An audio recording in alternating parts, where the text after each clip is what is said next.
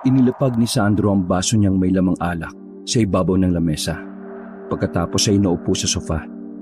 Hinarap niya ang mga kaibigang nagiinuman matapos kumain ng pananghalian para magpalipas ng pagkainip. So guys, nakapagplano na ako. Nakapag-set na rin ako ng plan sa susunod natin pupuntahan. Saan ba yung susunod nating destinasyon, pre? Tanong ni Kevin habang humihitit ng sigarilyo. Sa Antique. Pupuntahan natin ang bawat baryo doon. Gagawin natin content yung magiging experience natin doon para may ideya yung mga supporters natin sa probinsya ng Antique. Di ba? Ito naman ang goal ng channel natin, ang mag-feature ng iba't ibang lugar. Sure, pare. Kailan ba alis natin ang mayahanda ko na yung gagamitin natin sa pagbablog? Sa Biyernes, pre. Alright! Palaging nakahanda ang sasakyan ko para sa pag-alis natin. Sabat naman ni Gabriel sa pag-uusap ng dalawa habang pinapaikot-ikot nito ang susi ng sasakyan sa kanyang hintuturo. Ayos! Na magkasundo na sila, ay tumayo na si Sandro para maglikpit ng kanilang mga pinagkainan at ginamit na baso sa pag-inom. Tumulong naman si Kevin sa pagliligpit. Itinabi na niya ang mga bote ng alak na wala ng laman. Wala na talaga atrasan to, ha? Tuloy na talaga tayo sa Biyernes. Oo naman, no. Sino bang ayaw gumala? Ikaw ba, Gabriel? Ako? Ang tagal ko na kayang nabuburo sa bahay. Kaya gusto ko na rin makawala eh. Kaya go na tayo dyan! Yun! Ganun dapat! Buang loob! Wasak ang tiyan! Ay, teka, magbabanyo lang ako, ha? Pagkabalik ni Kevin mula sa banyo, ay nagpaalam na siya kay Sandro na uuwi na. Sinugundahan naman ni Gabriel ang kaibigan kaya sabay na silang umuwi. Naiwang mag-isa si Sandro sa kanyang magarang bahay. Nagmuni-muni siya at kagaya ng dati, nakaramdam na naman siya ng lungkot. Kung hindi dahil sa kanyang mga kaibigan, matagal nang tahimik ang kanyang mundo. Kahit papaano ay nagkaroon ng liwanag ang madilim niyang mundo dahil sa kakulitan ng dalawa. Naging masaya pa siya dahil magkasundo sila sa lahat ng bagay. Game na game ang dalawa sa mga plano niya, lalo nang planuhin niya ang pag-vlog. Nangarap sila na libutin ang buong mundo at i-vlog ang kanilang karanasan. Uunahin nilang libutin ang bansa. Ang pagiging influencer at adventurer niya ang naging libangan niya para maging exciting ang buhay niya kahit papano. Napatingin siya sa naka-frame na litrato ng kanyang asawa na nakadisplay sa ibabaw ng side table sa sala. Napakaganda ng ngiti ng babae sa larawang yon. Pakiramdam niya ay tinititigan siya nito. Tumayo siya mula sa pagkakaupo at kinuha ang larawan. Tinitigan niya ito at hinaplos pa ng daliri. Carmen, kung nandito ka lang, di sana ako mag-i-stay sa bahay na to eh. Malaki nga ito pero napakatahimik naman. Sana ako na lang nawala at hindi ikaw eh. Sana ako na lang mahal. Dahil sa akin, kaya ka nawala eh. Pinagsisisihan ko ang lahat. Sana hindi na lang kita isinama sa pag-akyat sa bundok. Dahil dun, na-aksidente ka sa zipline eh. Hindi ko malilimutan ang sandaling yon. Kung paano kang humingi ng tulong sa akin habang napuputol ang tali ng zipline na yon na nakakonekta sa katawan mo. Sising-sisi ako. Hanggang ngayon, hindi pa rin ako makamove on. Pero, alam kong hindi ka naman nagagalit, di ba? Ginagabayan mo pa rin naman ako, di ba? Nandiyan ka lang. Hindi kita nakikita pero alam ko na binabantayan mo ko. Mahal, magbablog uli kami. Ikaw nang bahala sa amin ha. Samahan mo kami. Ito na lang ang naging libangan ko para makapagpatuloy pa. Napatingin din siya sa litrato ng kanyang mga magulang na tuon din nakalagay sa pinagkuhaan niya ng litrato ng asawa. Kinuha rin niya ito at kagaya ng naunang ginawa, kinausap din niya ang kanyang mga magulang. Makita ko lang ang mga pumatay sa inyo. Pagbabayarin ko sila. Hinanda ko ang loob ko ng ilang taon para sa pag-aarap namin. Kaya sisiguraduhin ko na mauubos silang lahat. Nang gabing yon, itinabi niya sa pagtulog ang mga larawan ng mahal niya sa buhay. Sumapit ang araw ng Biyernes. Gaya ng pinag-usapan nilang magkakaibigan, pinuntahan si Sandro ng mga kaibigan. Pagkarating ng mga ito ay agad na nilagay ni Gabriel ang kanilang gamit sa likod ng kanyang off-road vehicle. Pagkatapos magkarga, ay sumakay na sa sasakyan sina Kevin at Gabriel. Nahuling sumakay si Sandro dahil isinarapan niya ang kanyang bahay. Tumabi siya kay Kevin sa likuran ng sasakyan. Si Gabriel naman ay pumesto sa driver's seat dahil siya ang magmamaneho. Binuksan ni Gabriel ang Google Map. Pagkatapos ay nagsimula na siyang magmaneho. Nakahanda na ba yung camera, Kevin? Oo, pre. Sa harapan, nakatutok yung isang camera at nandito naman sa akin yung isa. Nagpe-play ng pareho yun, ha? Alright, goods. Hindi na ako makapaghintay sa road trip natin na to eh. Ipapakita natin sa buong mundo ang experience natin na to. Magiging masaya to. Hindi na rin ako makapaghintay na masaksiyan yung culture sa baryo na pupuntahan natin, mga pre. Ibang learnings din yun. Tumawa na lamang ang dalawa sa sinabing yun ni Gabriel. Hindi naman nakatanggi si Sandro dahil totoo naman ang sinabi ng kaibigan. Marami talaga silang babauning aral kapag natapos ang adventure nila. Sa loob ng 1 taon nilang adventure at pag-vlog, marami silang natututunan. Subalit, para kay Sandro, kulang pa ang mga natutunan nila para sa pagharap sa mga problema nila sa buhay. Malubak ang kalsada na kanilang dinaanan. Halos 2 oras na silang nasa biyahe at hindi pa rin nila nararating ang baryo na kanilang pupuntahan. Maya-maya ay isang makitid na daan ang nasa unahan nila. Napatingin si Gabriel sa kanyang cellphone para malaman kung tama ba ang kanyang binabagtas. Naihinto niya ang sasakyan nang makitang wala ng signal at hindi na nakakonekta sa Google Map ang kanyang cellphone. Mga pre, mukhang di nakasya itong sasakyan ko sa daan. Parang pang tricycle na lang tong kalsada eh. Okay lang ba sa inyo? Naiwan na lang natin dito yung sasakyan at maglakad na lang tayo papasok? Dumungaw sa bintana si Sandro at inilibot ang paningin sa paligid. Bukid na ito ah. Hindi ba tayo naliligaw? Hindi naman siguro. Diretso lang naman ang kalsada sa Google Map bago mawalan ng signal eh. Mukhang malayo ang lalakarin natin, ah. Ang lawak ng bukid, oh. Tapos gubat pa yung dulo. Tara na, bumaba na tayo at maglakad. Titingnan natin dun sa unahan kung anong meron. Magtanong na rin tayo sa makakasalubong natin kung nasa ang baryo na tayo. Baka may magandang pupuntahan sa lugar na ito. Oo nga, tama ka pre. Palagay ko maraming tanawin dito. Inayos ni Gabriel ang pagkakaparada ng kanyang sasakyan. Pagkatapos ay sumunod na sa dalawa. Habang naglalakad sila, ay panay ang kuha ni Sandro ng mga larawan gamit ang kanyang cellphone. Aliw na aliw siya sa paligid dahil maganda itong tingnan. Oh, nasa na si Gabriel? Ayun oh, nauna na sa atin. Ha? Hindi ko napansin ah. Saan yan dumaan? Tumakbo kasi. Kung saan ka kasi nakatingin. Tingnan mo, may kinakausap na siya dun. Iba talaga yung talent na kaibigan natin yan. Maboka. Kaya wala tayong problema sa pag-i-interview sa mga tao eh. Tara, hintayin na lang natin siya dito. Sumilong muna tayo dito sa puno oh. Ang init kasi ng sikat ng araw eh. Sakit sa balat. Maya-maya ay lumapit na sa kanila si Gabriel. Mga pre, dun daw sa dulo may baryo. Pwede na tayo magkumpisa dun sa pag-vlog. Ayos. O tara na. Tinahak nila ang makitid na daan. Halos kalahating oras silang naglalakad hanggang sa marating na nila ang kagubatan sa dulo ng palayan. Nasa gubat na tayo. Naririnig niyo ba yun? Dumadagungdung yung sound. Tunog yun ng pagdiriwang ha. Mukhang may nakakasiyaan dun. Oo nga pre, dinig na dinig namin. Hindi naman kami bigay no. Ihanda ko na tong camera tapos ikaw na mag-intro ha, paring Sandro. Kinuha ni Sandro ang kamera kay Gabriel tsaka iniharap sa kanyang mukha. Ngumiti siya at sinimulan na magsalita sa harap ng kamera. Nang itutok niya ang kamera kina Kevin at Gabriel ay kumuhay naman ang mga ito. Tumuloy sila sa paglalakad habang kinukunan ni Sandro ng video ang buong paligid.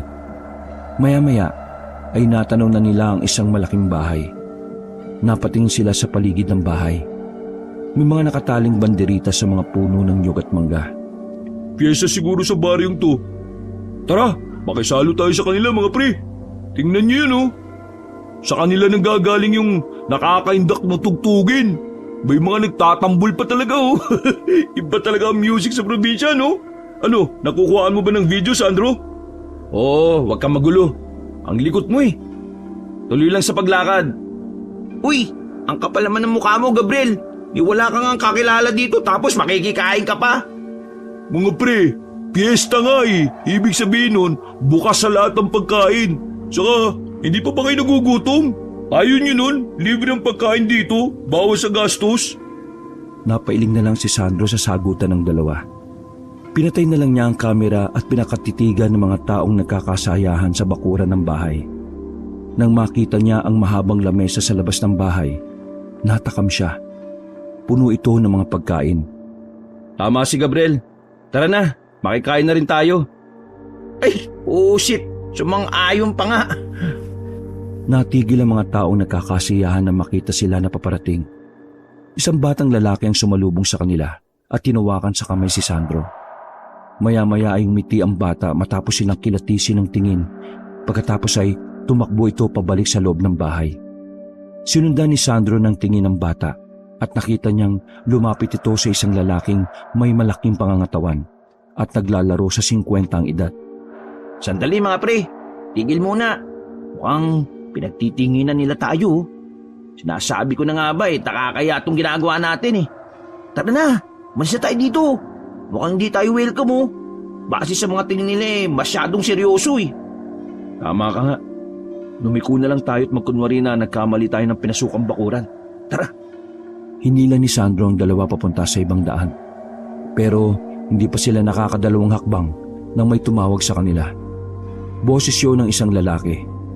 Nilingon ni Sandro ang lalaki. Lumapit ito sa kanila at tiningnan sila ng mataman. Ngumiti ang lalaki pagkatapos ay inilahad nito ang kamay sa kanila.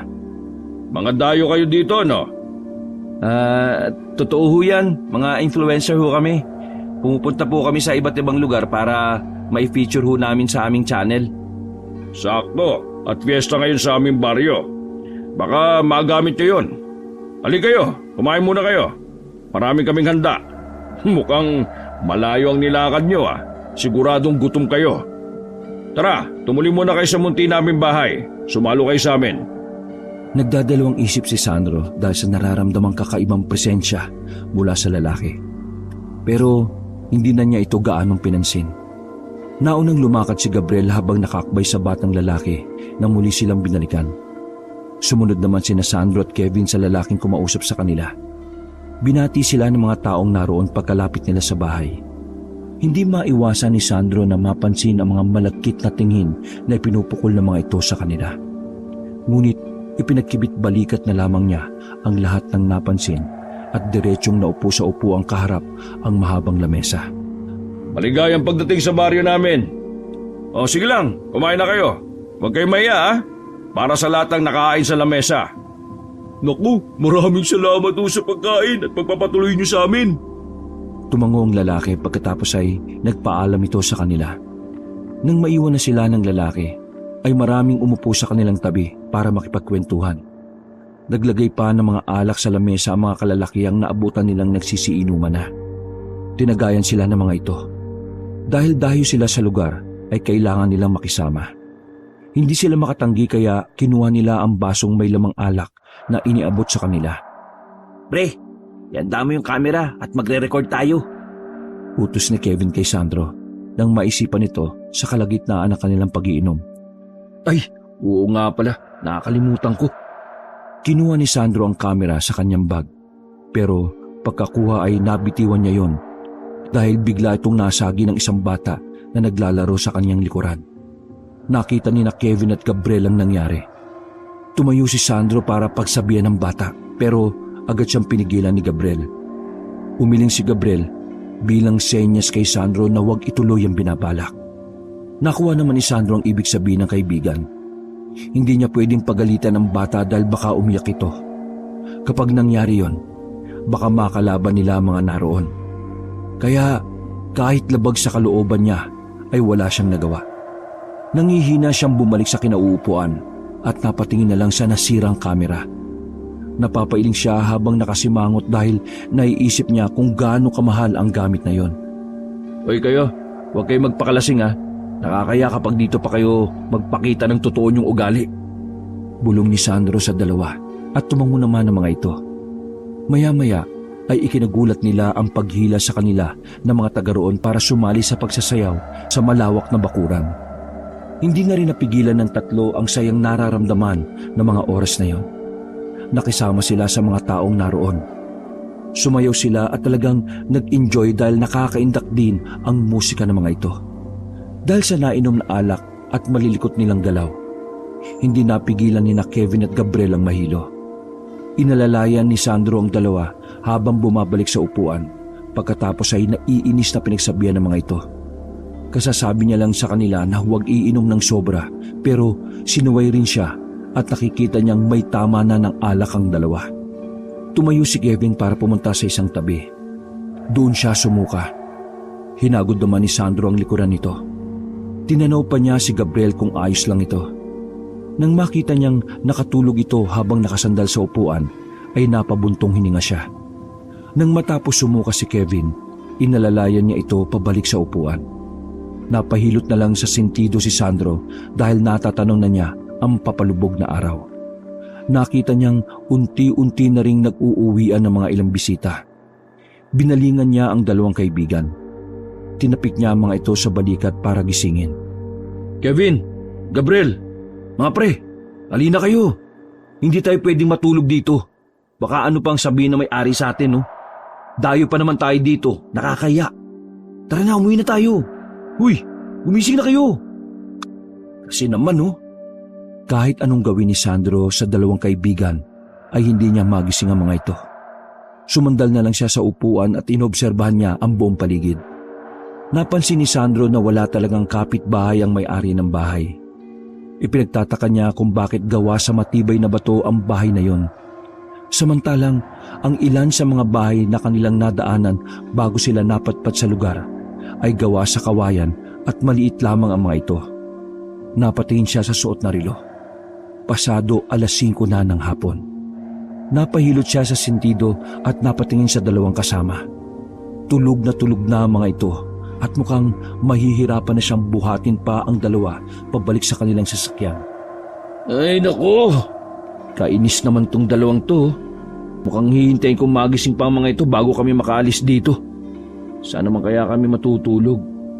Ay, pwede namang dito sa upuan pero hindi pa pumapayag yung lalaki kanina, baka magalit. Kinuha niya ang kanyang cellphone sa bulsa. Binuksan niya yon at sinubukang tumawag sa kanyang boy sa bahay. Pero hindi niya ito makontak. Walang signal sa kinaroroonan niya. Napaigtad siya nang biglang may magsalita. Paglingon niya ay ang lalaking nagpatuloy sa kanila ang nagsalita. Oh, kumusta na kayo dito? Tulog pala yung mga kasama mo ah. Sige, doon na muna kayo sa loob at malamok dito kapag sumapit na ang dilim. Tumayo si Sandro at nahihiyang kinausap ang lalaki. Napahawak pa siya sa batok at bahagyang yumuko. Oo nga ho eh. Nasobrahan siguro sila sa iniinom na alak kanina. Pasensya na ho ah. Pero pwede po bang dito na muna kami magpalipas ng gabi? Medyo malayo-layo po kasi yung pinagparadahan namin ng sasakyan eh. At saka, ano nga ho pala yung pangalan ninyo? Lucio. Ako si Lucio. Mang Lucio, ako nga po pala si Sandro. At itong dalawang kaibigan ko, si Kevin at Gabriel. Tumango si Lucio at ngumiti sa kanya. Hindi alam ni Sandro kung namamalikmata lang ba siya sa mga oras na yon. Dahil bigla na lang niyang nakita na nagpalit ng kulay ang mga mata ng lalaki. Panandalian itong naging kulay pula. Okay, halika. Ipasok na muna natin ang mga kaibigan mo sa loob. Tutulungan na kita. Ay, nako, sige ho. Marami pong salamat talaga. Inalalayan niya si Kevin at si Mang Lucio naman ang umalalay kay Gabriel. Hindi lubos maisip ni Sandro kung bakit nalasing kagad ang dalawa niyang kaibigan. Nang alalahanin niya, kaunti lang naman ang nainom ng mga ito, tulad niya. Dito na muna kayo sa silid na ito. Silid to ng lalaki kong anak. Kaso, nasa syudad siya ngayon, kaya bakante ito. Pagkahiga nila sa dalawang kaibigan sa papag, ay muli niyang kinausap ang lalaki. Nako, Mang Lucio, maraming salamat po talaga. Huwag kayong mag-alala. Bukas na bukas po aalis din ho kami. Pasensya na po talaga sa abala. Tinapik siya ni Mang Lucio sa balikat at muling initian. Pagkatapos ay lumabas na ng silid.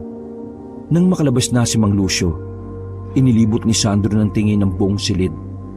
Laking pagtataka niya nang makitang wala man lang gamit sa kwartong yon bukod sa dalawang cabinet at isang papag. Wala rin mga litrato na nakasabit sa dingding. Siguro, matagal nang hindi umuwi yung anak na tinutukoy niya kaya parang bakante na tong kwarto.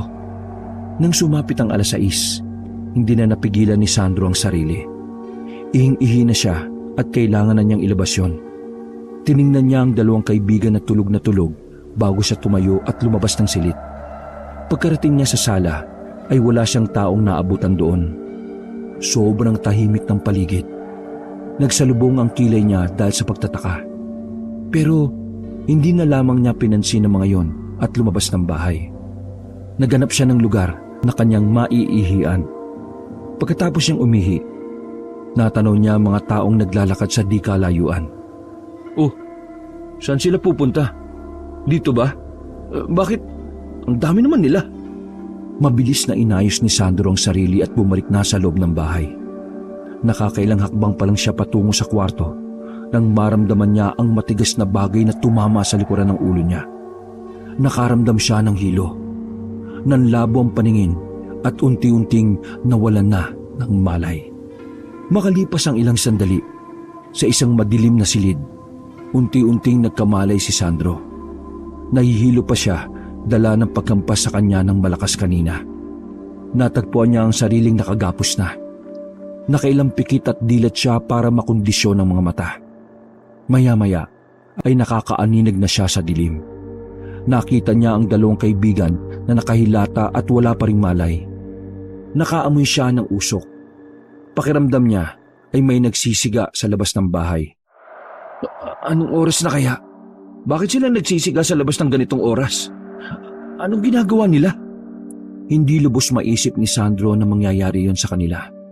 Kinakabahan na siya sa binabalak ng mga tao sa kanila. Pakiramdam niya ay may masamang balak ang mga ito. Maya-maya ay naririnig niyang may nagaganap na kasiyahan sa labas. Parang nagdiriwang ang mga ito. Sinimulan na niyang gisingin ang mga kasama. Guys! Gising! Gising! Bulong ni Sandro sa mga ito na pinipilit niyang huwag mapansin ng kung sino mang nakamasid sa kanila. Marahan niyang niyuyugyug si Gabriel sa binti nito sa pamamagitan ng kanyang pagsipa. Napaungol si Gabriel at dahan-dahang nagmulat ng mga mata. Oh, anong nangyari? Nasaan na tayo? Bakit madilim dito? Hindi ko nga rin alam, pre. Pero mukhang may gagawin silang masama sa atin. Ha? Ala, teka. Ano nga uli yung nangyari? Saka, bakit ako nakatali? Pilit inaalala ni Gabriel ang nangyari bago siya makatulog. Nang maalala na niya kung saan sila, ay ginising na rin niya si Kevin. Nagsimula na rin gumalaw ang kaibigan. Kagaya niya, ay litong-lito rin ito sa nangyari. Kailangan natin makaisip ng paraan kung paano makakawala sa pagkakatali. Sabi ni Sandro, habang pilit na kumakawala mula sa pagkakatali. Gumalaw si Kevin para ilapit ang kanyang mga paa kay Sandro. Pre, may kutsilyo ako nakatagod niya sa sapatos ko. Unin mo, bilisan mo. Pambira ka talaga, Kevin, no? Lagi ka talagang may dalang deadly weapon. Pero at least mapapakinabangan yan ngayon. Inabot ni Sandro ang sapatos ng kaibigan. Kinapa niya ang paa nito sa kahinanap ang kutsilyo. Nang mahawakan niya yon, ay mabilis niyang hinugot at saka dali-dalim pinutol ang lubid na nakatali sa kamay niya. Pagkaraan ng ilang sandali ay nakawala na si Sandro at pinutol na rin niya ang tali sa mga kaibigan. Huminto siya saglit na makarinig ng yabag sa itaas kung saan sila naroroon. Nasa ilalim tayo ng bahay. Paano tayo napunta dito? Ang naalala ko nagiinuman tayo Pabulong na tanong ni Kevin dahil iniiwasan niya na marinig sila ng mga taong nasa labas. Siguro pre, nilagyan nila ng pampatulog yung inumin natin, kaya nakatulog tayo kaagad. Nang mapakawalan na nila ang sarili, nangapa sila para malaman kung anong silid ang kinaroroonan nila. Bodega siguro to. Bodega na nasa ilalim ng bahay, sabi ni Sandro nang makapa niya mga sakong nagpatong-patong na sa tingin niya ay palay ang laman. Nakahani ang mga yon sa dingding na gawa sa kahoy. Kinapapa ni Sandro ang ilan pang mga sako dahil iba naman ang hugis ng mga ito. Kinapapa ni Sandro ang ilan pang mga sako dahil iba naman ang hugis ng mga ito kaysa sa una niyang nahawakan. Nanginig ang kamay niya nang may mahawakan siyang kamay. Malamig ito na palagay niya ay wala ng buhay ang may-ari ng bahagi ng katawan na yon. Shit! Hindi na maganda nangyayaring ito. Bakit? Ano ang nangyayari sa atin? Mag-isip tayo ng paraan mga pre, kung paano tayo makakalabas. Hindi ko makapa ang pinto eh. Puro sako nakakapako. Nanginginig na lumapit sa dalawa si Sandro. Hindi siya agad makapagsalita. Pinilit niyang magsalita kahit pautal-utal dahil naiinis na sa kanya ang dalawa. Pabulong niyang sinabi sa mga ito ang laman ng sakong nakapa niya. Mga pre, tao. May patay na katawan ng tao sa mga sako. Anong ginawa sa kanila? Bakit nasa loob ng sako? Pinatay nila? Kung ganun, baka patayin din nila tayo. Dahil sa sinabi niya, tiningnan din ng dalawa ang sinasabi niyang sako dahil tila hindi sila kumbinsido. Nang mapatunayan ay nagpigil sila ng sigaw. Binalot na sila ng takot. Maya-maya ay nakarinig sila ng mahinang kalabog mula sa itaas. Pigil ang hininga nilang sumilip sa siwang ng sahig para alamin kung ano ang nangyayari sa itaas. Nakita nila si Mang Lucio na may kausap na isang lalaki. Mabilis na kumilos ang tatlo. Hinanap nila ang pintuan. Mga pre, mukhang may binabalak silang masama sa atin ha. Kailangan na natin makaalis dito kagad. Tumango sina Gabriel at Kevin sa sinabing yun ni Sandro. Tinalasan nila ang paningin sa gitna ng dilim at inaral ang kabuuan ng silid. Napasilip si Kevin sa butas mula sa sahig. Nakita niya ang silid sa itaas. Pagkatapos ay tinawag niya ang dalawa. Kaagad naman lumapit ang dalawa at nakisilip na rin sa butas. Nakita nila ang magkahalong pula at itim na kulay ng dingding. At may mga nakaukit pang nakakatakot na mga simbolong doon lang nila nakita. Mga halimaw itong may mahabang buntot at sungay. Sa gilid ng pinto, nakita nila ang isang malaki at magarbong mesa na natatakpan ng pulang tela. Kung saan nakapatong doon ang mga iba't ibang klase ng patalim na noon lamang nila nakita ang kakaibang mga disenyo ng hawak na mga ito. Napatingin din sila sa kabilang bahagi. Kitang-kita nila ang mga kababaihan na naghihiyawan at nagsasayawan. At sa kabilang parte naman ay ang mga kalalakihan na masayang nagiinuman. Samantala, ang iba ay nagbubuhat ng 3 malaking kawa at palabas ang mga ito ng silid. Sinundan nila ng tingin ng mga ito. Naghanap pa sila ng ibang butas para makasilip sa labas ng bahay. Nakita nilang dinala ng mga ito ang kawa papunta sa naglalagablab na apoy na mula sa ginawa nilang kalan. Anong ginawa nila? Hindi ko rin alam, pero base sa nakita nating laman ng sako, mukhang tayong isusunod nilang patayin at baka tayong ilagay nila sa napakalaking kawa na yun. Nagpalitan ng tingin sina Gabriel at Kevin sa narinig nila mula kay Sandro. Noon lamang nila naisip na nalagay ang kanilang buhay sa panganib. Hindi nila namalaya na sila pala ang susunod na biktima ng mga taga-baryo. Nagsimulang magplano si Sandro sa kanilang gagawin. Kailangan nating humanap ng paraan para makalabas tayo dito. Kaso, kailangan din nating maging maingat para hindi nila tayo makita. Hindi natin alam kung anong kanilang kakayahan. Sa kabila ng takot na nararamdaman ng tatlo, nilakasan nila ang kanilang loob. Si Sandro ang nanguna at dahan-dahang binuksan ng pinto nang mahanap niya ito. Pagkalabas nila ay kumuha siya ng isang patalim na nasa ibabaw ng mesa at binigyan din niya ang 2 kaibigan. Pinauna niya ang mga ito na lumabas ng bahay bago siya sumunod. Mabilis silang tumakbo patungo sa likuran ng bahay habang habol ang hininga at abot-abot ang kaba sa kanilang dibdib. Piping nag-usal ng dasal si Sandro na sana'y hindi sila makita o mapansin ng mga taong naroon. Palinga-linga sila sa paligid habang nakikiramdam. Mga pre, dumiretso na tayo sa gubat. Kailangan natin makalayo dito. Agad silang nagkubli sa gilid ng bahay nang makitang may paparating na 2 tao. Narinig nila ang usapan ng mga ito. Pinag-uusapan silang 3 at hindi na makapaghintay ang mga ito na gawin silang pulutan sa selebrasyon. Halos pigil na magkakaibigan ang kanilang paghinga. Nang malaman ang plano ng mga ito, ramdam ni Sandro ang panginginig ng 2 kasama. Kagaya niya, takot na takot din ang mga kaibigan. Namumutla sina Gabriel at Kevin nang lingunin niya ang mga ito. Aswang, pre! Mga aswang sila!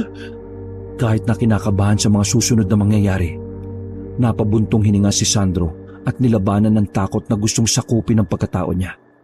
Ganito, makinig kayo. Hindi ito ang oras para matakot tayo. Ang isipin natin ay ang makaalis sa lugar na ito at ang bumalik sa ating sasakyan. Maliwanag ba yon? Tumango ang 2 sa kanyang sinabi. Kung ganon, tayo na. Natigilan si Sandro nang marinig ang malakas na sigaw ni Mang Lucio. Umalingaw-ngaw sa buong lugar ang maautoridad na utos ng lalaki. Nakawala mga bihag! Hanapin niyo sila! Naku, ayan na! Bilis! Siguradong susundan nila tayo! Wala tayong laman sa kanila! Pinagpapawisan sila ng malakit habang tumatakbo sa madilim na kagubatan. Hindi nila pinansin kung anuman ang kanilang maapakan ng mga oras na yon. Ang mahalaga sa kanila ay ang makalayo mula sa mga aswang na gusto silang gawing pulutan. Huminto sila sa pagtakbo at nagtago sa isang punong may mayabong na sanga.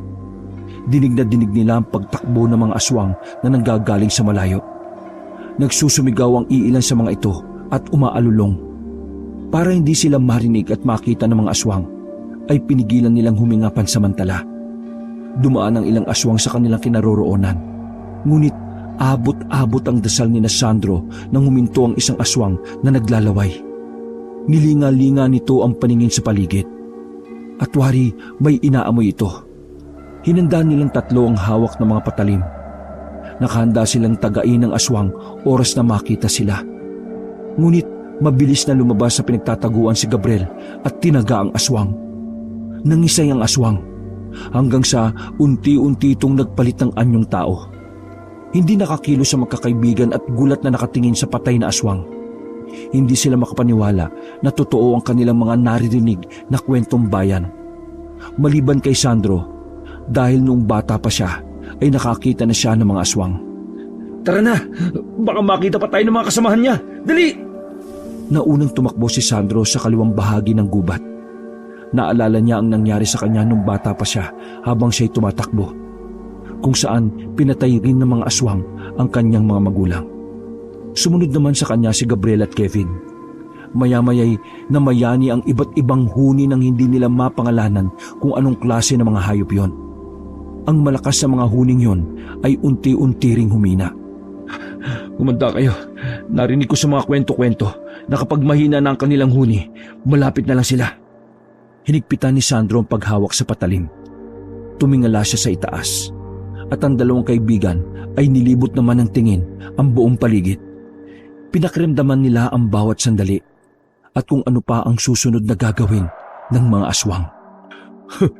Hindi ko akalain na mapapalaban tayo sa road trip na ito, mga pare. At ang kalaban pa natin mga aswang. Natatawang saad ni Gabriel habang iiling-iling. Hindi pa rin ito makapaniwala sa mga nangyayari sa kanila sa mga oras na yon. Lalong hindi makapaniwala si Sandro na mangyayari ulit ang bangungot ng kanyang nakaraan.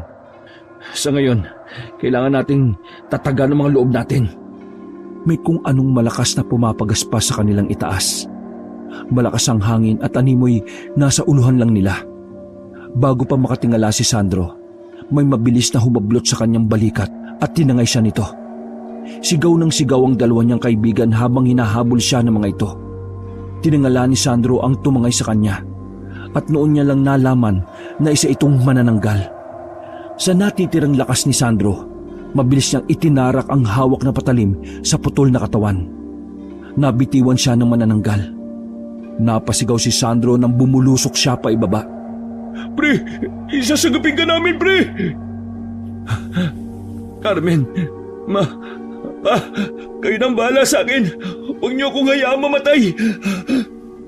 Dasal ni Sandro habang pigil ang hininga at hinihintay na bumagsak siya sa lupa. Ngunit bago pa siya bumagsak sa lupa, ay nasalo na siya ni na Kevin at Gabriel. Nakahinga siya ng maluwag at saka natawa. Hindi niya akalaing makakaabot ang dalawa sa pagsalo sa kanya. Pre, ang manananggal, pabagsak na sa atin! Pinagtulungan nilang patayin ng manananggal. Pinagbababato nila ito hanggang sa bumagsak. Hinila sila ni Kevin bago pa sila mabagsakan ng manananggal. Nagkalasog-lasog ang pakpak ng manananggal nang bumagsak ito sa lupa. Hindi na ito gumagalaw ng tingnan nila. Pagkatapos noon ay mabilis silang tumakbo. Hindi alam ni Sandro kung saan na sila pupunta sa mga oras na yon. Alam niyang hindi pa sila nakakalayo sa baryo. Idagdag pang sinusundan sila ng mga aswang. Sunod-sunod na pangyayari ang pumasok sa kanyang isip. Hindi pwedeng mamatay sina Kevin at Gabriel dahil may mga pamilyang naghihintay sa kanila. Saad niya sa kanyang isip, kaya't gagawin niya ang lahat, maprotektahan niya lang ang dalawang matalik na kaibigan. Kahit na isakripisyo niya ang kanyang sarili dahil wala rin naman naghihintay sa kanyang pamilya. Bilisan nyo! Kailangan makalabas tayo sa gubat na to! Ngunit ganun na lang ang kanilang paghinto nang may mga aswang na nakaabang sa bukana ng gubat. Kasama ng mga ito si Mang Lucio. Nanlilisik ang mapupula nitong mga mata habang nakatingin sa kanila. Matalas ang matutulis ng ngipin, naglalaway at may kukong matutulis. Pasensya na kayo, pero hindi ko kayo papayagang umalis ng baryo na ito. Gabriel, Kevin, doon kayo sa likuran ko. Ikaw, Mang Lucio, pasensya na rin dahil hindi kami papayag na gawin nyo kaming pulutan. Pero happy fiesta pa rin sa inyo. Salamat sa pagkain at higaan sa basement ninyo. Tumawa si Mang Lucio na parang nanggaling ang boses sa pinakamalalim na hukay. Ikinumpas nito ang kanang kamay paitaas. Naglabasa ng mga kampo nitong aswang na nakatago sa madilim na parte ng kagubatan. Tulad nito ay naglalaway din sila habang may matatalas na ngipin at mahahabang kuko. Nakangiti at handa ng lumusob para biktimahin ng tatlo. Mga pare, mukhang tagilid tayo. Hindi natin sila kaya. Bukod sa dami nila, wala tayong kakayahan na labanan ng lakas nila. Kaya natin sila. Huwag tayong papadala sa dami nila. Mamamatay tayong lumalaban. Inihanda ni Sandro ang patalim na hawak pa rin niya, saka tiningnan ng mga aswang na nakapalibot sa kanila.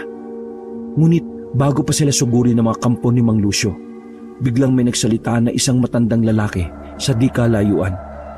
Nang lingunin nito na magkakaibigan, nakita nila ang isang matandang lalaki na may suot na salakot, itim na t-shirt at maluwag na pantalon. May dala itong buntot ng pagi at pana. Nagsalubong ang kilay ni Sandro nang maalala ang mukha ng matanda. Ganun na lang ang pagngiti nila nang makilala ito. Pero hindi siya kumibo. Hindi niya pinahalataan na kakilala niya ang matanda. Nakahanap ka na naman ng bibiktimahin, Lucio! Nag-atrasa ng mga aswang habang nakatingin sa matandang bagong dating. Kitang-kita ang takot sa mga mata at kilos ng mga ito. Maging ang pinuno ng mga aswang na si Lucio ay nakitaan ng kaba sa mga mata. Karding, hindi ko akalain na sa mga oras na ito nandito ka rin sa kagubatan. Nagambala niyo kasi ang tulog ko. May narinig ako nagsisigaw at humihingi ng tulong kanina. Hayon at tama nga ang hinala ko. May binibiktima ka na naman. Kung ganun, Karding, pagpasensyahan mo na kami. Pero kinakailangan lang namin na kunin ang tatlong ito. Nang sa ganun may pulutan naman kami sa aming pagsasaya. Yan ang bagay na hindi ko papayagan, Lucio. Dumaan muna kayo sa akin bago nyo gawing pulutan ng tatlong dayong ito. Sumigaw si Mang Lucio na may gigil habang nanlilisik ang mga matang nakatingin sa matandang lalaki. At ang tatlong magkakaibigan, tinawag nito ang mga kampo na aswang. Sumigaw si Mang Lucio na may gigil habang nanlilisik ang mga matang nakatingin sa matandang lalaki at sa tatlong magkakaibigan. Tinawag nito ang mga kampong aswang para sabihan na lisanin ang kagubatan. Agad namang tumakbo ang magkakaibigan sa harapan ng matandang lalaki pagkaalis ng mga aswang. Halos maiyak na sina Kevin at Gabriel sa kaginhawaan ng kanilang naramdaman. Ilang beses sa mga itong nagpasalamat sa matanda. Samantala, si Sandro naman ay titig na titig sa matanda. Hindi siya makapaniwala na ang isang tulad nito ay nagawang paalisin ng ganun na lamang ang mga aswang. Sumama kayo sa akin. hindi kayo ligtas na pag-alagala sa baryong ito. Sumunod sina Gabriel at Kevin sa matanda, habang si Sandro ay tumingin muna sa paligid dahil pakiramdam niya ay maraming mga matang nakamasid sa kanila na nagtatago lamang sa dilim. Pagkarating nila sa bahay ni Mang Karding, agad na nakahinga ng maluwag ang tatlong magkakaibigan. Nakatirik ang sementadong bahay na matanda sa gitna ng palayan na hindi na tinataniman. Hindi ganun kalakihan ang bahay ng matanda. Gawa sa bakal ang bintana na napapalibutan pa ng grills. Ang kisame ay gawa rin sa semento, kaya't kahit na sinong magtangkang wasakin yon ay hindi magagawa. Ang mga pinto ay gawa sa aluminum, kaya't mahihirapan ang sino mang magpilit na pumasok doon. Ang bawat sulok ng bahay ni Mang Karding ay may asin. May mga nakasabit timbawang sa bintana at pintuan. At ang mga iba't ibang klase ng patalim at mga baril naman ay nakadisplay lang sa dingding. Sige na, magpahinga na muna kayo mga bata. Alam kong napagod kayo sa pakikipaglaban sa mga aswang kanina. Naupo sina Sandro at Kevin sa mahabang upuan sa sala. Hindi maiwasan ni Sandro ang sariwain ng bahay na yun. Sa isip-isip niya, wala pa rin pinagbago ang bahay ni Mang Karding. Habang si Gabriel ay sumunod naman sa matanda at marami itong tanong na ibinato rito. Aswang din po ba kayo? Bakit po natakot sila nang makita ka? Inilipag ni Mang Karding ang mga kagamitan dala sa ibabaw ng mesa. Hinubad nito ang salakot at isinabit sa dingding. Hindi ako aswang bata. Isa akong albularyo na naninirahan sa baryo na to. Tungkulin kong protektahan ang mga taong binibiktima ng mga aswang. Kaya't ganun na lang ang takot sa akin ni Lucio. Wow, kung ganun po isa kayong superhero. Natawa si Mang Karding sa sinabing yun ni Gabriel. Maya-maya ay naging seryoso na ang mukha nito. Ang palang pangalan mo, bata. Ang taas pa rin ang enerhiya mo sa kabila ng lahat. Ako po si Gabriel, saka sila mga kaibigan ko sina Sandro at Kevin. Tiningnan sila ng dalawa saka tumango. Ako naman si Karding. Paano ba kayo napunta sa lugar na ito? Taga saan kayo at ano ang ginagawa nyo rito sa baryo? Taga-syudad ho kami, isa ho kaming vlogger. Naglalakbay po kami sa iba't ibang lugar para sa channel namin. Tapos po, hindi namin nakalain na ganito pala yung mangyayari sa amin dito. Umiling-iling ang matanda dahil hindi makapaniwala. Mabuti na lamang at hindi kayo naging pulutan ng mga aswang. Nang gabing yon, inanyayaan sila ng matanda para maghapunan. Kahit nahihiya, ay pinilit nilang kumain dahil nagugutom na rin sila. Pagkatapos ay pinatuloy sila sa bakanting silid para magpahinga. Naiwan naman sa sala si Sandro habang malalim ang iniisip. Napansin niyo ni Mang Karding kaya't nilapitan siya nito. Umupo ang matanda sa tabi niya at nakipag-usap. Ang lalim yata ng iniisip mo, bata. Hindi ka ba matutulog? Lumingon si Sandro sa matanda sa kapilit ng umiti. Hindi ho namamahay siguro ako. Naiintindihan ko. Siguro nabigla ka sa mga pangyayari. Ngayon alam mo na may ganong nilalang sa mundo. Pero huwag ka mabahala. Mananaig pa rin ang kabutihan sa huli. Oo nga ho Tulad kanina, nailigtas nyo kami mula sa mga aswang. Pero bakit nga ho pala andito yung mga aswang sa baryo na to? Tumawa si Mang Karding saka tinapik si Sandro sa balikat. Nako, iho. Mahabang kwento. Hindi mo rin kailangan na malaman pa. O siya, at matulog ka na. Bukas na bukas din ihahatid ko na kayo sa kabilang baryo. Ngumiti si Sandro at tumayo na para pumasok sa silid kung nasaan ang dalawa niyang kaibigan. Naisip niyang hindi na lang sabihin kay Mang Karding ang totoo. Mas mabuti nang itago na lang niya sa matanda na siya ang batang iniligtas nito dati. Subalit natigilan siya nang bigla siyang makarinig ng pagkasa ng baril. Nang lingunin niya si Mang Karding, nakita niya itong naghahanda ng mga patalim at isang baril sa ibabaw ng mesa. Hindi napigilan ni Sandro ang kuryosidad kaya nilipitan niya ang matanda at nangunot ang noong nagtanong. Anong gagawin niyo dyan, Mang Karding? May pupuntahan lang ako sa kabilang baryo.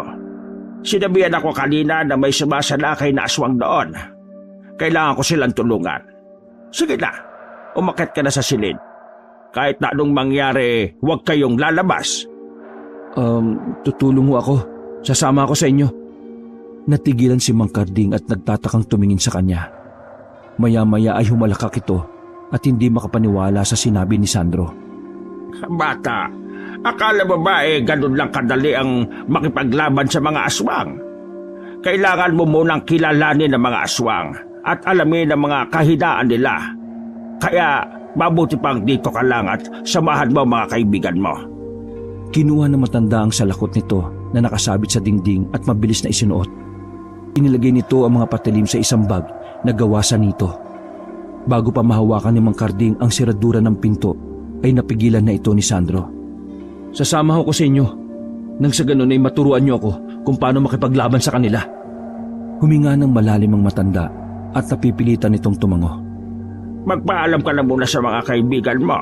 Sabihan mo silang huwag lalabas hanggat hindi tayo bumabalik. Mabilis na tinungo ni Sandro ang silid na kinaroroonan ni Kevin at Gabriel.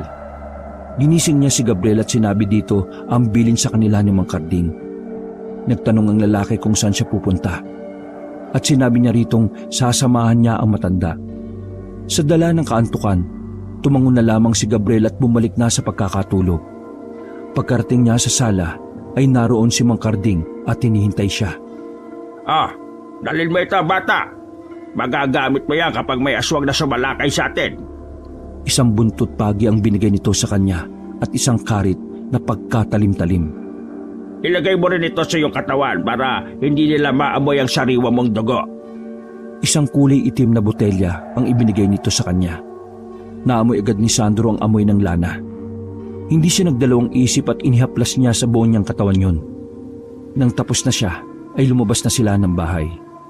Isinara ng matanda ang pinto para siguradong walang makakapasok at hindi makakalabas sa mga kaibigan niya sa loob. Double lock ang pinto at hindi nabubuksan kapag walang susi. Sumulubong sa kanila ang tahimik na gabi habang naglalakad. Tanging mga huni lamang ng kuliglig ang naririnig sa paligid. At iba pang mga insekto.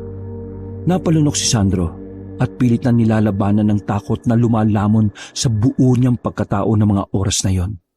Habang naglalakad sila, naglalaro sa isipan niya ang paghihiganti sa mga pumatay sa kanyang magulang.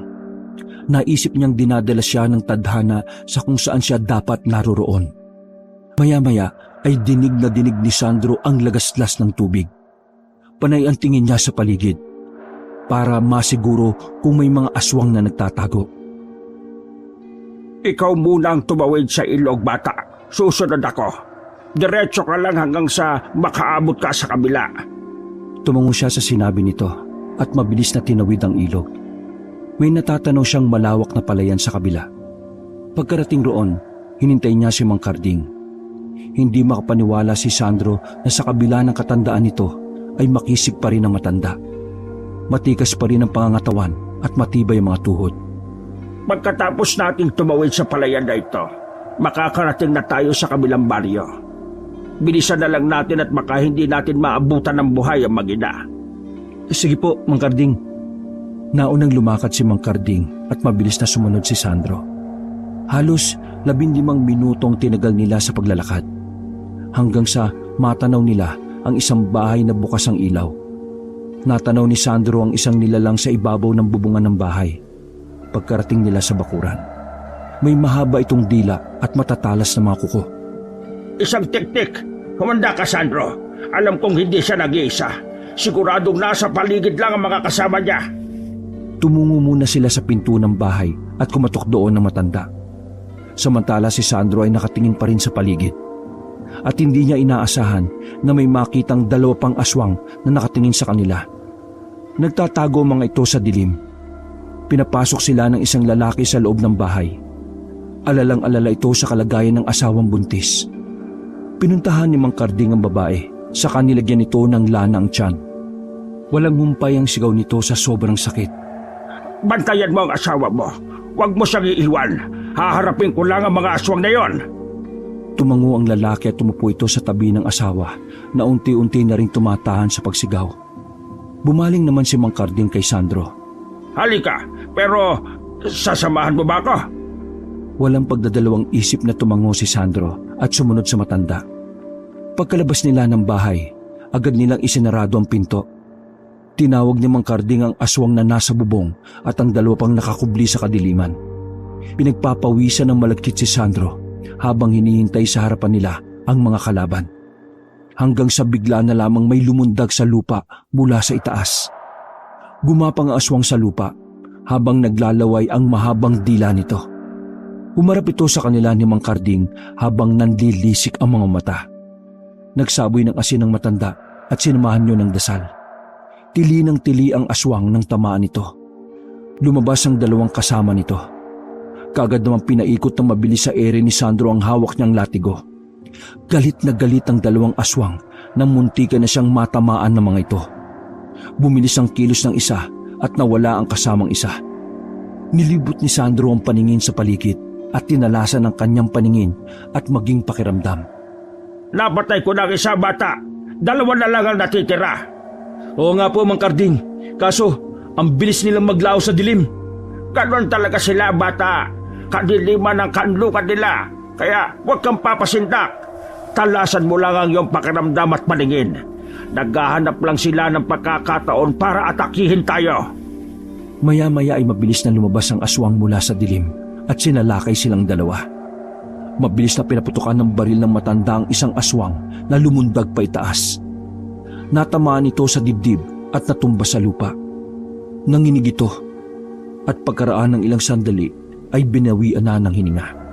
Si Sandro naman ay inihanda ang kanyang latigo at karit. Ngunit hindi niya napansin ang mabilis na pag-atake sa kanya ng aswang. Sinalakay siya nito saka sinakal sa leeg.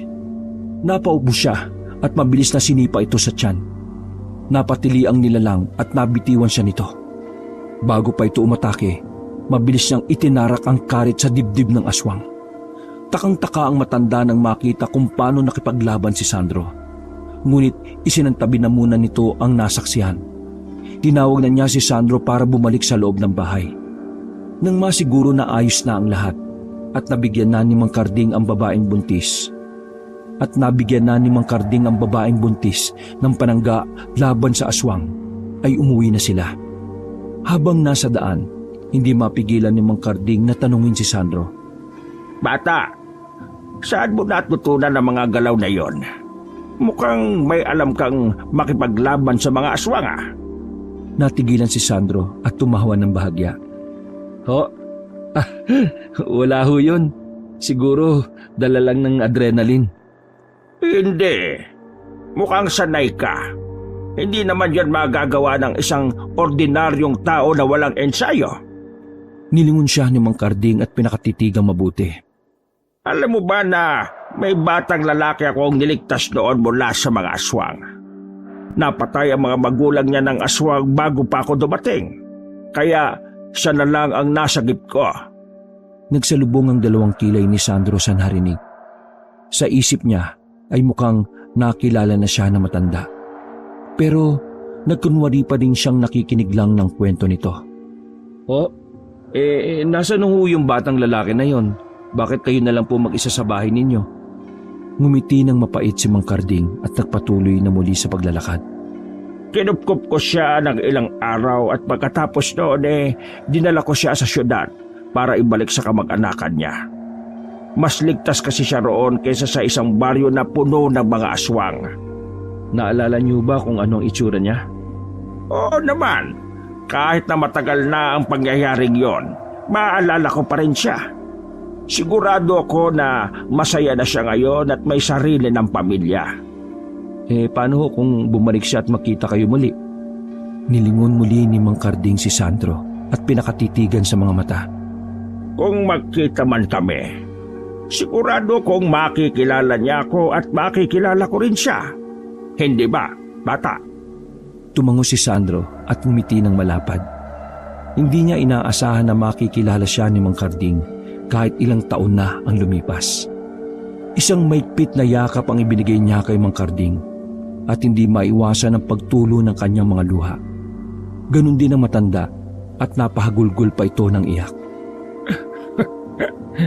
Tarantado kang bata ka. Wala ka bang balak na magpakilala sa atin? Kung hindi ko lang nakita ang mga galawan mong yan hindi pa sana ako maniniwala. Natawa si Sandro at inakbayan nito. Pasensya na, Lo.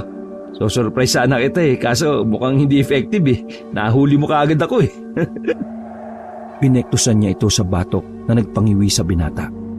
Hindi masusukat ang kasiyahan na nadarama ni Sandro sa mga oras na yon, na sa wakas nakita na rin niya si Mang Karding, ang taong nagligtas sa kanya ng 2 beses mula sa mga kamay ng aswang. Bakit ka ba naparito? Sinadya mo ba na pumunta rito o aksidente lang? Wala ho talaga sa plano ko, Lo. Hindi ko rin naasahan na dito na pala lumipat ang mga aswang. Sila ba yung mga pumatay sa mga magulang ko? Tumango si Mang Karding at bumuntong hininga. Mababa ka sa mata ang kalungkutan nito at pagkadismaya. Ilang taon ko na silang sinusundan para kalabanin. Ngunit hindi ko man lang mapatay-patay si Lucio. Idagdag pa na medyo mahina na rin ako, kaya pasensya na bata. Hindi ko may paghiganti mga magulang mo. Ayos lang, Hulo. Ngayong nandito na ako, ay sisiguraduhin kong mapapatay ko na si Mang Lucio. Alam ba ng mga kaibigan mo ang tungkol sa nakaraan mo? Hindi po. At hindi na nila kailangan pang malaman yun. Bukas na bukas pauwiin ko na sila para hindi na sila madamay. Nung ibig mo sabihin, hindi ka na babalik sa syudad? Ngumiti si Sandro at tumiling. Hindi na, Lo. Sasamaan kita sa laban na ito. Makalipas ang 1 oras, agad na nakarating sa bahay sina Sandro at Mang Karding. Pumasok sila sa loob at isinara ang pinto. Naabutan nila si Kevin na umiiyak sa isang sulok. Nilapitan agad ito ni Sandro. O pre, anong nangyari? Anong ginagawa mo dito sa labas? Bakit ka umiiyak? Pre, si Gabriel, kinuha siya ng mga aswang. Nakatinginan sina Mang Karding at Sandro. Puno ng pagtataka ang mga mata na matanda. Kung ang kaibigan mo kayong matibay naman itong bahay. Nanginginig na tumayo si Kevin at pumasok muna sa bahay bago nagkwento kung paano nakuha ng mga aswang si Gabriel. Dahil sa kagustuhan ni Gabriel na sumunod kina Sandro at Mang Karding nang magising ito, sinubukan niya na buksan ang pinto. Hindi sinasadyang makita ng dalawa ang susi na itinago ni Mang Karding sa cabinet. Dahil doon, nakalabas ang mga ito sa bahay. Sinubukang pigilan ni Kevin si Gabriel, ngunit hindi ito nagpapigil. Sinundan ni Kevin ang kaibigan at sa hindi inaasahan, bigla na lamang itong tinangay ng mga aswang. Dahil sa takot, hindi na nagawang tulungan ni Kevin si Gabriel at bumalik na lamang sa bahay ni Mang Karding. Mukhang may pinaplano si Lucio. Kinakailangan nating iligtas sa kaibigan niyo bago sumapit ang umaga. Tumayo si Sandro at lumapit sa matanda saka nagtanong. Ano hong ibig niyo sabihin, Lo? Sigurado na patibong ito ng mga aswang para patayin na tayo. Pero hindi ko yon hahayaan na mangyari. Pagplanuhan natin bago sumugod doon sa kanila. Kumuha ng mga sangkap na panlaban sa aswang si Mang Karding at isinilid yon sa kanyang bag. Binigyan niya rin si Sandro. Pagkatapos noon ay kumuha siya ng mga armas mula sa dingding na nakasabit. Tumulong na rin si Sandro at kumuha ng kaya niyang gamitin sa pakikipaglaban sa aswang. Habang mataman namang nakatingin sa kanila si Kevin. Nang tapos na sila sa kanilang paghahanda, nagplano sila kung paano susugod sa teritoryo ng mga aswang at kung paano nila maililigtas si Gabriel. Tara na, Sandro. Kailangan nating magmadali at baka mahuli tayo. Ako, tutulong din po ako sa inyo. Agad na umiling si Sandro kay Kevin. Hinawakan niya ito sa balikat at pinakatitigan ang kaibigan sa mga mata nito. Dito ka lang, pre. Kami na ni Mang Karding ang magliligtas kay Gabriel. Siguraduhin mong huwag kang lalabas ng bahay, Naintindihan mo? Hindi, pre. Kaibigan din ako ni Gabriel kaya tutulong ako. Tumayo ng tuwid si Sandro at bumuntong hininga. Nilingon niya si Mang Karding at isang tango lamang ang isinukli sa kanya na matanda. Kaya't wala nang nagawa pa si Sandro kundi hayaan si Kevin na sumama sa kanila. Nang mga oras na yon, hindi na niya nakitaan ang kapilyuhan at pagbibiro si Kevin. Kundi puno ng determinasyon at galit ang mga mata nito para sa mga aswang. Halina kayo, sumunod na kayo sa akin. Makalipas ang ilang sandali, Nakarating na sila sa gubat na malapit sa bahay ng pinuno ng mga aswang na si Mang Lucio. Agad silang nagkubli sa mga halaman at sumilip mula roon. Pinag-aralan nila kung ano ang nangyayari sa bahay. Patuloy pa rin ang kasiyahan ng mga aswang sa lugar na yon. Ngunit ganun na lamang ang panlalaki ng mga mata ng magkaibigang Sandro at Kevin na makita nilang nakagapos si Gabriel sa isang punong kahoy. Wala na itong damit pang itaas at pantalon na lamang ang tanging suot. Kevin, gaya ng plano, ikaw ang bahala kay Gabriel at kami ni Mang Karding ang bahala sa mga aswang. Hindi ka maamoy ng mga aswang dahil sa lana na nilagay mo sa katawan, kaya huwag ka matakot. Tumango si Kevin sa bilin na yon ni Sandro. Hinigpatan nito ang hawak sa lana na ibinigay ni Mang Karding at sa isang matalim na itak at sibat. Tandaan mo, bata, kapag nakalapit ka kay Gabriel, ipahid mo yung lana sa kanya. Pagkatapos nun umuwi na kayo ng bahay at siguraduhin na nakasara ang pinto. Nang maliwanag na ang lahat sa kanilang tatlo ang plano, lumabas si Sandro at Mang Karding sa kanilang pinagtataguan. Iniwan nila si Kevin at iniasa ang kaligtasan dito ni Gabriel. Bata, handa ka na ba? Ito ang unang beses na makakasama kita sa laban. Nakangiting sambit ni Mang Karding kay Sandro. Habang inihahanda nito ang shotgun na hawak, ngumiti naman si Sandro at pinalagatok ang mga daliri, sabay bunot ng isang 45 na baril at latigo. Matagal ko nang pinagandaan ng pagkakataong ito. Oras na para maningil. Tumungo sila sa mga nagsasayawang mga kampo ni Lucio. Nagulat ang lahat sa kanilang pagdating. Nag-atrasa ng mga aswang habang unti-unting nagpalit ng anyo. Pasensya na at dumating ako. Pakisabi kay Lucio na kailangan ko siyang makausap. Tinalasan naman ni Sandro ang pakiramdam at paningin sa paligid. Hinila siya ni Mang Karding para maupo sa isang tabi habang hinihintay nila si Mang Lucio. Maya-maya ay lumabas ng bahay si Mang Lucio. Nanlilisik ang mga mata nitong nakatingin sa kanila at nakangisi. Lumapit ito sa kanila ngunit nanatili ang distansya nito kay Mang Karding. Karding! Ano ang atin? Bakit ka naparito? Huwag na tayo maglokohan pa, Lucio. Alam ko na narito ang isa sa mga niligtas ko kanina. Ibigay mo na siya sa akin kung ayaw mong kalabanin kita. Tumawa ito ng malakas at tiningnan ng mga kampo nito. Ikinumpas nito ang kamay at agad na nag-alisa ng mga aswang. Pasensya na, Karding. Pero hindi ko magagawa ang gusto mo. Hindi ako pumapayag kapag walang kapalit. Tumayo si Mang Karding at tinarap ang pinuno ng mga aswang. Kung ganon, hindi pala tayo nagkakaintindihan dito. Hindi ko gusto ang mga ginagawa mo, Lucio. Marami ka nang pinatay sa mga tao para lang kainin ninyo. Oh, bakit, Karding? Nagagalit ka pa rin ba dahil wala ka man lang nagawa nung pinatay ko ang pamilya mo? Kaya ba tinutulungan mo ang iba? Para kahit papano maibsan niyang konsensya mo. Kinuyom ni Mang Karding ang kanyang kamao nang marinig ang sinabi ni Mang Lucio. Si Sandro naman ay lumakad at tumabi sa matanda. Nagagalit siya sa mga oras na yon at gustong-gusto na niyang sakalin si Mang Lucio para patayin ito. Pero pinipigilan niya ang sarili para hindi masira ang plano nila. Marami ka na rin namang pinatay sa mga kasamahan ko, Karding. Kanina ay may niligtas ka na namang tao at pinatay mo ang mga alaga ko. Hindi pa rin ba yun sapat para pantay na tayo?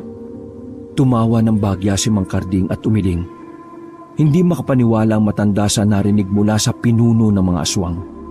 Ramdam ni Sandro ang tensyon na namamagitan kina Mang Karding at sa pinuno ng mga aswang ng mga oras na yon. Ito ang plano nila ng matanda, ang agawin ng atensyon ni Lucio at ng mga kampo nito para makuha ni Kevin si Gabriel na nakatali sa isang puno. Kitang-kita niya sa gilid ng kanyang mga mata si Kevin na unti-unti nang kinakalas ang tali ni Gabriel. Nagpasalamat siya at walang bantay roon at hindi napapansin ang nangyayari. Humakbang si Sandro at hinarap ang pinuno ng aswang. Yun na ang kanyang hudyat para ipaalam kay Mang Karding na nagtagumpay si Kevin sa pagkuha kay Gabriel. Ako, naalala mo pa ba ako, Mang Lucio? Nagsalubong ang kilay ng pinuno ng aswang dahil sa kanyang sinabi. Nagtataka itong tumitig sa kanya. Naguguluhan kung ano ang ibig niyang sabihin. Ako lang din naman ang batang pinagkaitan mo ng magulang. Pasensya na pero sa dami ng biktima namin hindi na kita maalala. Ngumisi si Sandro sa sinabi nito. Hindi niya inaasahan ang tugon nito mula sa kanya. Ganun pa man, hindi yun ang dahilan para hindi niya ituloy ang matagal na niyang gustong paghihiganti. Ngayon na wala na siyang pamilya na babalikan sa syudad, ay magagawa na rin niya ang pagsingil kay Mang Lucio. Nang masiguro ni Sandro na nakaalis na sina Kevin at Gabriel, agad niyang itinutok ang baril sa lalaking aswang. Pagpasensyaan mo na rin ako, Mang Lucio. Dahil hindi ko kayo mapapatawad sa ginawa niyo sa mga magulang ko. Naging alerto mga kampo nito at anumang oras ay handa silang salakayin at sanggain. Ngunit hindi man lang natinag si Sandro at Mang Karding ng mga oras na yon. Noon, takot na takot kami sa iyo, Karding. Pero ngayon na pumunta ka sa teritoryo ko at pinagbabantaan niyo ang buhay ko, kasama ng isang ito, abay, hindi kami magdadalawang isip na patayin kayo dito. Sige, Lucio! Nakahanda kami! Nakangiting sambit ni Mang Karding at iniumang ang dala nitong shotgun. Maya-maya ay nagsimula na si Mang Karding at Sandro na paputukan ng mga aswang. Nagpakawala ng kakaibang atungal ang ilang aswang na wari bang galit na galit ang mga ito. Si Mang Lucio ay biglang nagpalit ng anyo at galit na sinunggaban si Sandro. Mabilis namang nakaiwas si Sandro at patuloy na pinaputukan ang mga aswang na sumasalakay. Nilapitan niya si Mang Karding para tabihan ito. Nagtalikuran silang dalawa habang nilalabanan ng mga aswang na nakapalibot na sa kanila. Maya-maya ay gumawa ng matinis na huni si Mang Lucio. Lumapit ang mga kampo nito sa kanya at pinalibutan ito. Nagkatinginan sina Mang Karding at Sandro sa nangyari. Hindi nila mahulaan ang binabalak ng aswang. Mukhang binibigyan niya ng lakas ang mga kampo niya para hindi matinag sa pakikipaglaban. Bilisan natin kumilos, bata, bago mahuli ang lahat. Tumango si Sandro sa sinabing yun na matanda at mabilis silang naglagay ng lana sa kanilang katawan. Hinanda ang kanilang mga patalim na dala. Kitang-kita ni Sandro ang ilan sa mga aswang na unti-unting nangingisay na parabang sinasaniban ng kung ano ang mga ito. Pagkatapos ay mabilis na lumipad pa itaas at bumulusok pa ibaba para salakayin sila. Hindi nag-aksaya ng panahon si Sandro at Mang Karding. Agad nilang pinaputukan ng walang humpay ang mga ito. Nang maubusan sila ng bala, mabilis na binunot ni Sandro ang karit at latigo sa kanyang baywang. Si Mang Karding naman ay inihanda ang itak na mahaba at pana. Sinalakay nila ang mga aswang na nakapalibot sa kanilang pinuno na si Lucio. Pinagsasasaksak nila ang mga ito at nilatigo. Ngunit ang ilan na nabigyan ng lakas ni Lucio ay hindi tinatablan. Mabilis na kumilos si Lucio at sinalakay nito si Sandro. Bumagsak sa lupa si Sandro nang sipain siya nito ng malakas sa tiyan. Umubos siya at nanlabo ang paningin. Galit na galit sa kanya habang lumalapit si Mang Lucio. Ilang sipa ulit ang natanggap niya mula rito. At maya-maya'y bumao ng mga mahahabang kuko nito sa kanyang hita. Napasigaw sa sakit si Sandro na siyang nakaagaw ng atensyon ni Mang Karding. Mabilis na pinana ng matanda si Lucio at natamaan ito sa balikat. Sunod-sunod niyang pinana ang pinuno ng aswang hanggang sa manghina ito. Nakita ni Sandro ang isang aswang mula sa likuran ni Mang Karding. Mabilis itong kumilos. Sa nanlalabo niyang paningin ay hinanda niya ang latigo at mabilis itong inihampas sa aswang. Pinulupot niya sa liig ng aswang ang latigo at hinila ang kalaban. Saka binali niya ang liig nito. Naglakad siya papunta sa pwesto ni Mang Lucio. Kahit nanghihina na ay lumalaban pa rin siya. Hindi niyo ako mapapatay! Kayo ang papatayin ko! Sinakal nito ng maigpit si Sandro habang nanlilisik ang mga mata. Si Mang Karding ay sinubukang tulungan si Sandro ngunit may 5 aswang na nakapalibot sa kanya kung kaya't hindi siya makalapit. Ngumiti si Sandro at malakas na sinikmuraan si Mang Lucio. Napaubo pa siya nang makawala mula sa pagkakasakal ng aswang. Mabilis siyang tumayo at itinarak ang kutsilyo sa dibdib nito. Nanlaki ang mga mata ni Mang Lucio nang maramdaman nito ang matalim na bagay na bumaon sa kanyang dibdib.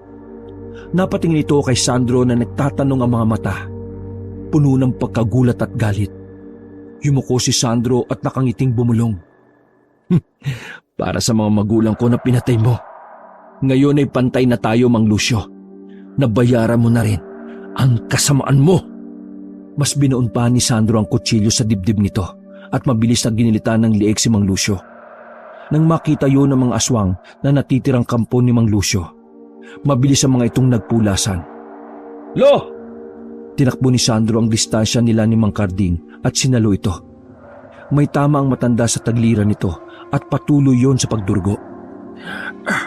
Nagawa mo, bata. Napatay mo siya. Napatay mo ang pinuno ng mga aswang. Umiling si Sandro at naiiyak na nakatingin sa matanda. Hindi, Lo. Nagawa natin. Naipagiganti rin natin ang pagkamatay ng pamilya natin. Ngumiti ang matanda at tumango. Napatingala ito sa langit habang may mga luhang nangingilid sa mga mata. Pagkatapos ng ilang taon, ngayon ko lang naramdaman ang kaginhawaan at kapayapaan, bata. Napatango si Sandro dahil nararamdaman rin niya ang emosyon na yon. Tumingala siya sa langit at hinanap ang bituing maliwanag. Salamat at hindi mo kami pinabayaan, Panginoon. Maraming salamat din, Ma, Pa, Carmen, dahil ginabayan niyo kami. Ginabayan niyo ako. Tiningnan niya si Mang Carding. Nakapikit na ito. Bumuntong hininga si Sandro at binuhat ang matanda. Kinabukasan, abala sa pag-aayos ng kanilang mga gamit ang magkakaibigan, inilagay nila ito sa likuran ng off-road vehicle ni Gabriel. Nakabihis na rin sila para sa kanilang pag-alis ng baryo. Kompleto na ba yung mga gamit nyo? Wala na bang kulang? O pre, ayos na lahat. Handa nang umalis. Naayos ko na rin yung video natin na i-upload ko mamaya sa ating channel kapag nakarating na sa bayan. Hindi ko makakalimutan ang karanasan ko sa baryong ito, pre. Pero siyempre, hindi natin ilalagay ang aswang sa kwento natin sa channel. Baka walang maniwala eh. Napangiti si Sandro habang nakatitig sa dalawang kaibigan. Inakbayan niya ang mga ito. Oh, basta, mag-iingat kayo ha. Kapag magka-oras, baka makapunta ako sa lungsod at bisitahin kayo. Napatingin sa kanya si Gabriel. Talagang hindi ka sasama sa amin, pre? Buo na talaga yung pasya mo? Oo, pre. Noon pa man, ito na ang desisyon ko. Sasamahan ko si Lolo Carding. Ako na lang ang pamilya niya eh. At siya na lang din ang pamilya ko. Saka, may pinag-usapan na rin kasi kami. Ngumiti ang dalawa sa kanya. Sa kanya niyakap ang mga ito at tinapik sa likod. Kung ganon, mag-iingat kayo ha, pre. Pagpapaalam ni Kevin kay Sandro, pagkatapos ay sumakay na ito sa loob ng sasakyan. Kasunod si Gabriel. Tumango naman si Sandro at kumaway pa sa mga ito. Inihatid na lamang ni Sandro ang mga kaibigan ng tanaw habang sakay ng sasakyan. Lumingon siya kay Mang Carding na nasa kanyang likuran at matamang nakaabang sa kanya. Masaya si Sandro dahil nailigtas nila ang matanda mula sa matinding sugat na natamo nito mula sa pakikipaglaban. Naglakad ang matanda ng paika-ika para makalapit sa kanya. Oh, ano Lo? Simula na ba ang panibagong adventure? Natawa ang matanda at siniko siya sa tagiliran. Ano ka ba? Magpahinga na muna tayo. Saka na kapag medyo bumawi na ang katawan ko. Kapag ayos na, may doon na tayo maghahanap ng mga aswang. Kumindat siya sa matanda at ngumiti. Roger, Lolo Carding. Natawa na lang ang matanda at inilingan siya. Inalalayan siya ni Sandro pauwi ng kanilang bahay. Sa mga nangyari kay Sandro, isang bagay lamang ang napagtanto niya. Yun ay ang tulungan ng kanyang Lolo Carding na lupigin ang mga nilalang na nagtatago sa kadiliman at ang iligtas sa mga taong nangangailangan. Gaya ng naging pangako niya sa kanyang mga namayapang magulang at pinakamamahal na asawa. Dahil para sa kanya, hinding-hindi kailanman matatalo ang kabutihan ng kasamaan. Wakas.